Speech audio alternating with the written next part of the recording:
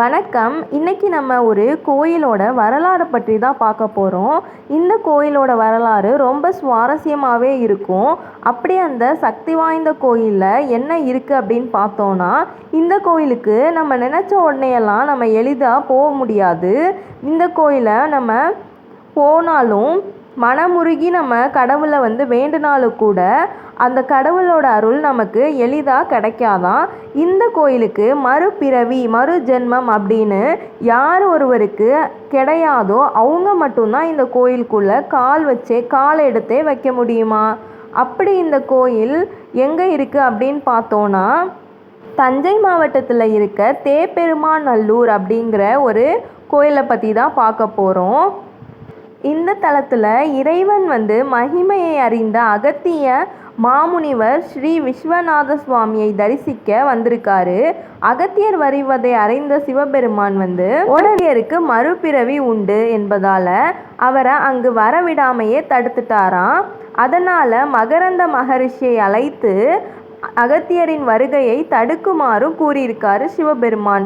இறைவனின் கட்டளையை ஏற்ற மகரந்த மகரிஷி அகத்தியர் மேற்கொண்டு நடக்க முடியாமல் மகரந்த பூக்களாக மாறி வழியையே அடைச்சிட்டாராம்.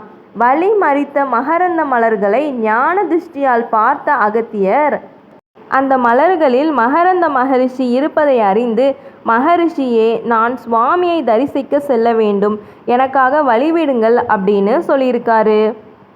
ஆனால் எவ்வளோ கேட்டுமே மகரந்த மகரிஷி வழிவிட மறுத்துட்டாராம்.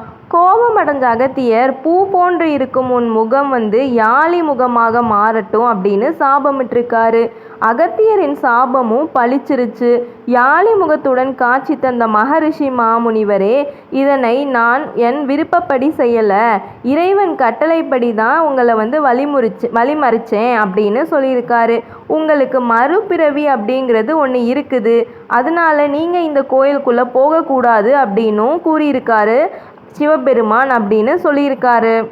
அதனால் என்னோட சாபத்திலிருந்து நீங்கள் எனக்கு விமோச்சனம் கொடுக்கணும் அப்படின்னு வேண்டி கேட்டுக்கிறாரு. இதெல்லாம் கேட்டுட்டு இருந்த மகரந்த மகரிஷி தன்னோட யாழி முகத்தோடையே போய் ஒரு முக ருத்ராட்சத்திலிருந்து 14 முகம் கொண்ட ருத்ராட்சம் வர சமர்ப்பித்து பூஜையும் செய்தார். சுவாமி ரிஷிக்கு காட்சி கொடுத்தார். ரிஷி தன் யாழி முகம் மாறி சாப விமோசனமும் அடைந்தார். அதனால் இந்த தலத்துக்கு இறைவனுக்கு ருத்ராட்ச கவசமும் சாற்றப்பட்டிருக்குது.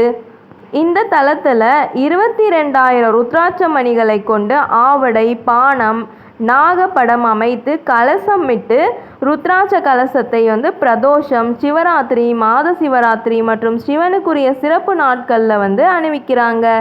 இது போன்று ருத்ராட்ச கவசம் அணிந்த மேனி உள்ள இறைவனை வேறு எங்குமே நம்ம தரிசிக்கவும் முடியாது.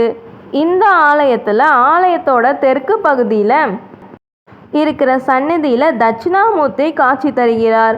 இவர் சீடர்கள் யாருமின்றி காளை வாகனத்தில் அமர்ந்து நிருதி திசையை பார்த்தபடி தான் காட்சி தருகிறார். இவரை அன்னதான தட்சிணாமூர்த்தி அப்படின்னும் சொல்லுவாங்க. இவரை தரிசித்தா நம்மளோட சாபம் எல்லாமே நீங்கும், கல்வி ஞானமும் சிறந்து விளங்கும். இவருக்கு தினமும் பழைய சோறு, அதாவது தண்ணீர் ஊற்றி வைத்த முதல் நாள் வைத்த அந்த பழைய சோறை படைக்கிறாங்க. இவரை மனதார வழிபட்டால் பசித்த நேரத்தில் உணவு கிடைக்கும் அப்படின்னும் சொல்கிறாங்க. சண்டிகேஸ்வரர் சந்நிதியில் இங்கே 2 சண்டிகேஸ்வரர் இருக்காங்க. 2 சண்டிகேஸ்வரரில் ஒருவர் பெரிய தோற்றத்தோட தெற்கு நோக்கியும் இன்னொருவர் சிறிய திருவுருவத்தோட கிழக்கு நோக்கியும் இருக்காங்க. சண்டிகேஸ்வரர் சன்னதிக்கு பக்கத்திலேயே 4 கரங்கள் கொண்ட விஷ்ணு துர்க்கையும் எழுந்திருக்காங்க. அம்பாள் சன்னதியின் பின்புறம் வடக்கு கோஷ்டத்தில் 8 கரங்கள் கொண்ட துர்க்கையும் காட்சி தராங்க. இங்கிருக்க அம்பிகையின் கருவறை விளக்கு அணைந்து எரிந்ததாகவும் கண்டவர்கள் கூறுறாங்க. இங்குள்ள நவகிரகங்கள் அனைத்தும் நடுவில் உள்ள சூரியனை நோக்கியே இருக்குது. காலையில் சூரிய கதிர்கள் தினமும் இறைவன் மேல் விழுவதாகவும் சொல்லப்படுது. அதனால் கிழக்கு பக்க இரும்பு கதவினை பக்தர்களுக்கு எப்பவுமே திறக்கப்படுவதும் இல்லையா. இந்த கோயில் எங்கே இருக்குது அப்படின்னு பார்த்தோன்னா தஞ்சை மாவட்டத்தில் தேப்பெருமாநல்லூர் அப்படிங்கிற ஒரு தலம் தான் இந்த கோயில். இது ஒரு சிவன் கோயில். இறைவன் விஸ்வநாதர், இறைவி வேதாந்த நாயகி. இந்த கோயிலில் யாருக்கு மறுபிறவி அப்படின்னு ஒன்று கிடையாதோ, மறு ஜென்மம் அப்படின்னு ஒன்று கிடையாதோ, அவங்களால மட்டும்தான் அவங்களோட பாதத்தை இந்த கோயிலில் பதிக்க முடியுமா.